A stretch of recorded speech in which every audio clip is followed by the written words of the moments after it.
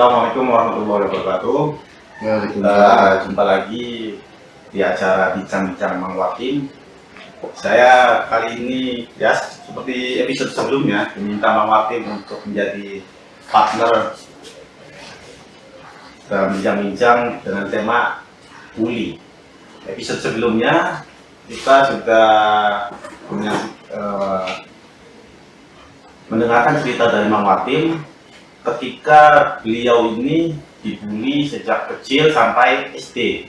Nah, dalam episode kali ini kita akan lanjutkan bully pada Mang Wakim mulai dari SMP sampai SMA. Oke, baiklah. Sekarang saya beri kesempatan Mang Wakim bagaimana proses bully ketika SMP dan SMA. Ya, terima kasih. Assalamualaikum warahmatullahi wabarakatuh. Ya, seperti pada video sebelumnya ya, sebenarnya bukan bully pada SMA ini, lebih ke perjuangan. Oh, sudah tidak ada lagi bully-bully. Karena saya sudah nggak merasa dibully sebenarnya. Oh, udah kebal. Udah orang mau manggil saya apa saja sudah biasa aja. Berarti ibaratnya di dalam diri Anda itu sudah terdapat imunitas bully. Nah, ya mungkin karena ibarat kayak hama ya, dikasih obat kurang apa itu ya tambah kuat jadinya. Jadi ya udahlah, itu mengalir saja. Cuman mungkin cerita saya akan awali dengan mau masuk SMP. Saya dapat NEM yang lumayan tinggi lah, peringkat kedua. Itu pun dengan catatan ranking saya tetap 1 walaupun NEM-nya juara 2. Peringkat 2 SD itu. Ya. Cuman ya kalau saya ceritakan nggak enak di sini sebenarnya karena ada kejadian yang menarik sebenarnya di balik itu. Apa itu kejadiannya? Jangan diceritakan sehingga saya jadi kedua. Oh, tapi tetap jadi pertama. Tetap kan di rapot ranking 1. Oke. Mas setelah lulus kan lama di salah satu SMP. Nanya nggak tinggi. Tinggi udah dari layak untuk masuk ke SMP negeri karena dulu itu suatu kebanggaan bisa masuk ke sekolah negeri kan. Tuh sudah karena akhirnya diterima, akhirnya pengumuman untuk daftar ulang. Daftar ulang kan tentunya harus pakai biaya dulu.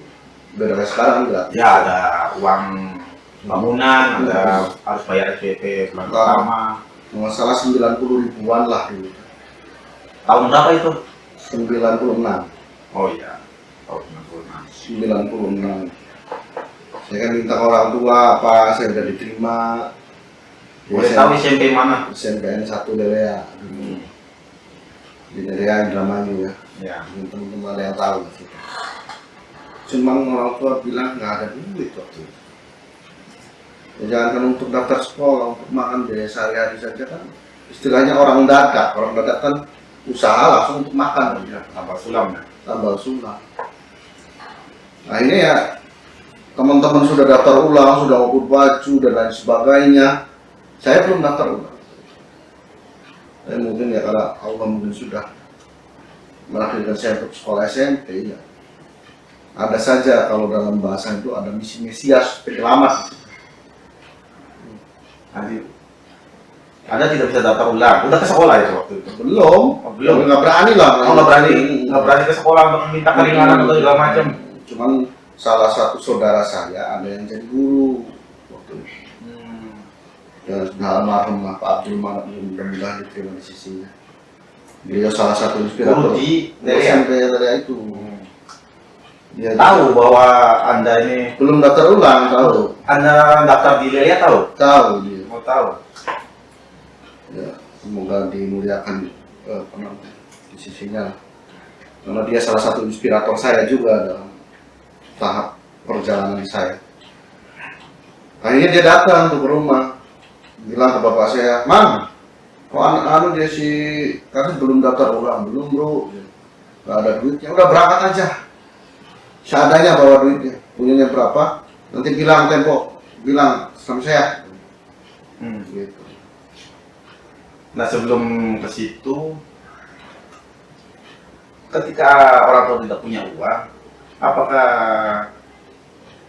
nggak bisa daftar ulang? Kecewa nggak sampean tuh? Waduh itu Pak Haris, ceritanya saya itu ya nangis nangis siapa?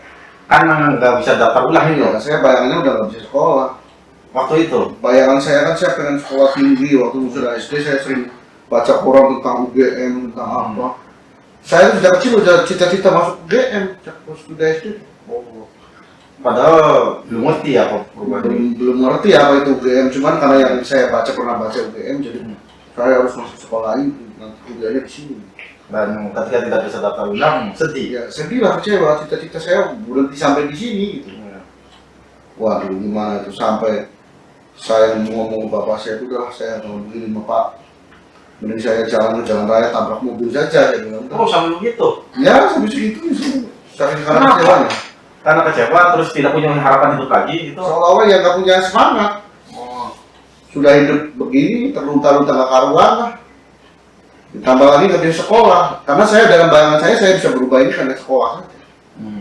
Wah, dengan ya namanya juga pengalaman belum banyak ya. Iya. Jadi cara satu merubah hidup saya dan keluarga itu hanya bisa dengan sekolah yang rajin, juara, terus bisa kerja yang baik nanti kan. Iya. Tapi saya ngomong bapak saya, ya saya mau putus harapan. Mending udah jalan-jalan raya tabrak mobil aja. Lalu orang tua gimana? Marah itu. Kamu itu jangan begitu katanya. Kamu itu masih anak kecil, perjalanannya masih panjang. Jangan putus harapan. Orang tua kan belum mengiyakan atau tidak. Tidak, kan ini lagi usaha nih, lagi memikirkan. Sampai saya sebegitunya sampai mengurung di dalam kamar, nggak keluar-keluar. Karena malu, yang lain sudah kan sepedaan bareng kan satu kampung, kalau SMP itu dapat baju orang. Terus kalau main ketemu sama mereka, kamu udah daftar ulang belum? Udah dapat baju belum? Kelas berapa? Kan ada bagian A, B, C kan. Ya terpukul lah saya dalam hati. Saya sekolahnya juara SD, tapi sekarang SMP nggak bisa lanjut. Tapi karena ada ya guru itu datang, akhirnya timbul keberanian sih. Yuk datang aja. Datang saja ke sana. Cuman bapak saya kalau datang saja nggak bawa duit nggak enak sih. Jadi beruntung waktu itu punya ternak ayam ya berapa lah, 3 atau 4 ekor biji lah. Itu dijual dapat 15.000. Dapat 15.000 dah nih, kamu bawa 15.000, cicil aja ini PDP. Berangkatlah saya ke SMP, berangkat diterima sampai sana. Kok mas, bayarnya kurang katanya. Iya. Adanya segitu dulu pak, nanti saya cicil. Iya. Orang tua Sendirian? Sendirian. Saya Saya sama orang tua. nggak pernah diantar saya selain SD. Bahkan waktu SD itu ada cerita lucu Pak Haris. Gimana? Yang antar kan ibu saya yang daftarkan waktu dulu SD. Ya. Jadi ibu saya kan ditanya, namanya ini, tanggal lahirnya berapa? Tanggal lahir siapa? Ya, tanggal lahir saya ditanya sama guru. Ibu saya nggak tahu tanggal lahir saya. Udah samain aja dengan yang sebelah Pak katanya. Makanya saya agak sanksi sampai sekarang tanggal lahir saya itu nggak tahu. Oh, berarti tanggal lahir yang tertera di ijazah dan lain sebagainya. Iya, sampai sekarang tuh Sebetulnya itu tanggal lahir sebelah. tanggal lahir sebelah temen saya yang bareng daftar. Anda nggak yakin itu tanggal lahir Anda sudah tercatat di rapor sama saya ya udah. kita pakai itu aja. Pakai itu aja lah. Oh iya. Oke, tadi Anda datang ke sekolah sendirian, lalu Ya, sudah. kepala sekolah ketemunya. Enggak Atau TU? soal ya biasa yang terima pendaftaran. Oh iya, Oh kamu belum panen ya katanya. Disangkanya sekarang kaya Pak. belum panen orang sawah aja nggak punya ya. Sawah aja punya. Saya usaha punya dua bau kan bau kanan bau kiri. Boro-boro punya sawah. Udah nanti dicicil kalau panen dilunasin ya. Ya saya bilang iya saja supaya diterima kan. Iya. Padahal nggak boleh bohong itu. Ya udah cerita Akhirnya masuk sekolah. ya Ada alhamdulillah, kejadian unik nggak di SMP ini? ya alhamdulillah kelas 1, kelas 2 saya tetap jadi juara di sini. Tetap berprestasi lah istilahnya. Sampai suatu ketika Nah, berarti harusnya ada beasiswa toh? Kalau gitu. beasiswa kelas 2 itu saya dapat beasiswa. Beasiswa apa? Ya mungkin ini jasanya saya sebut saja Pak Aceh ya, mudah-mudahan juga beliau dimuliakan hidupnya. Karena melihat saya berprestasi dan kurang mampu, saya dikasih beasiswa Super Semar waktu itu. Oh iya.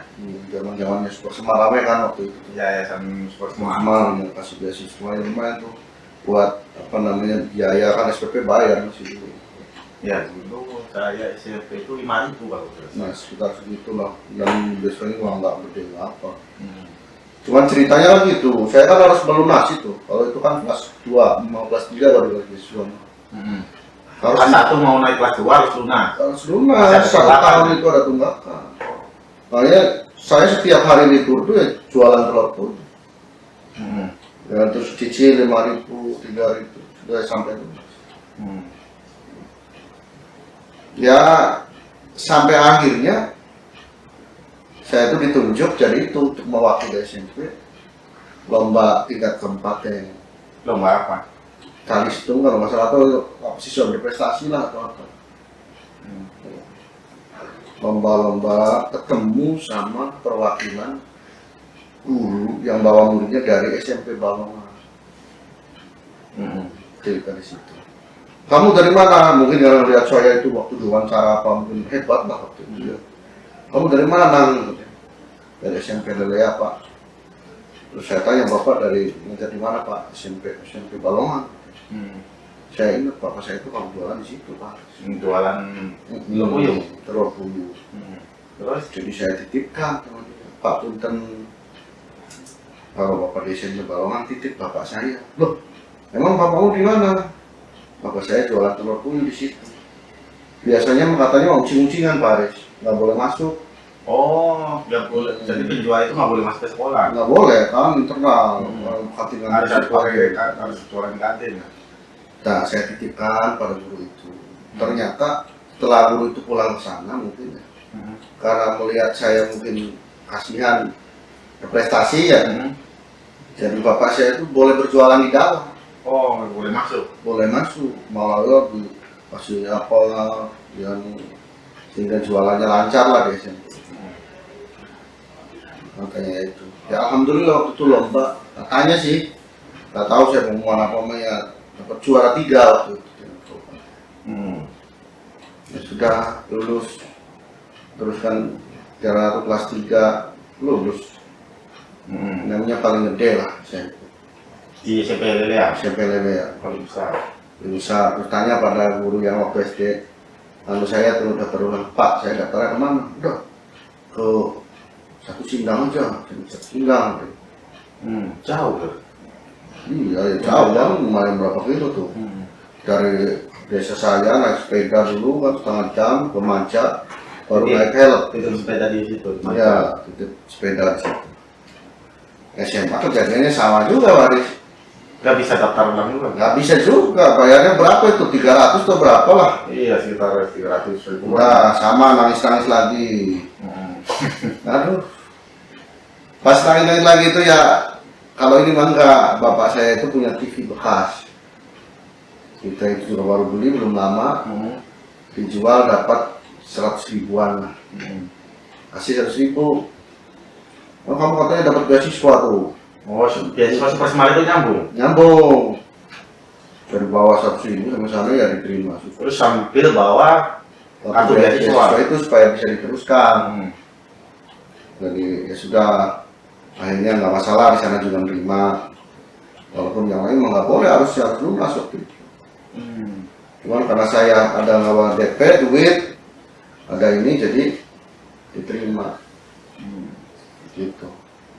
Jadi kalau menurut saya mah, ya itulah perjalanan hidup saya itu. tadi menarik Bu. Jadi waktu itu masalahnya seterusnya sama. Daftar ulang nggak ada masalah, nggak masalah. Tapi kemudian ada penolong. Kemudian SMA ketika daftar ulang nggak ada uang lagi. Nah, yang SMA yang nolong langsung beasiswa. Kartu beasiswa. Ya kalau menurut saya Pak Haris, saya ambil kesimpulan dari situ, di mana kita punya keinginan yang kuat, asalkan kita tawadu ya, pasti ada jalan. Jadi pengalaman saya itu ya seperti itu, nggak punya, ada penolong, nggak punya, ada penolong. Ya selama niat kita baik. Ya, jadi kalau kata teman saya itu, berproses sajalah yang baik, berniat saja yang baik, maka semesta alam itu akan mendukung. Itu kata saya waktu teman saya waktu dari Prancis. Jadi jangan khawatir akan kehilangan sumber daya. pasti akan ada yang mendukung. Sudah itu pesan terakhirnya. Nah, mungkin pesan terakhir saya, ya dalam hidup ini sebenarnya seperti orang naik sepeda. Anda harus terus mengayuh supaya Anda terus berjalan. Kalau ada berhenti, Anda akan jatuh. Maka terus saja, jalan terus. Jangan hiraukan rintangan ataupun apa. Jalan terus kayu sepeda itu, kayu. Itu bukan kata saya, tapi kata Albert Einstein.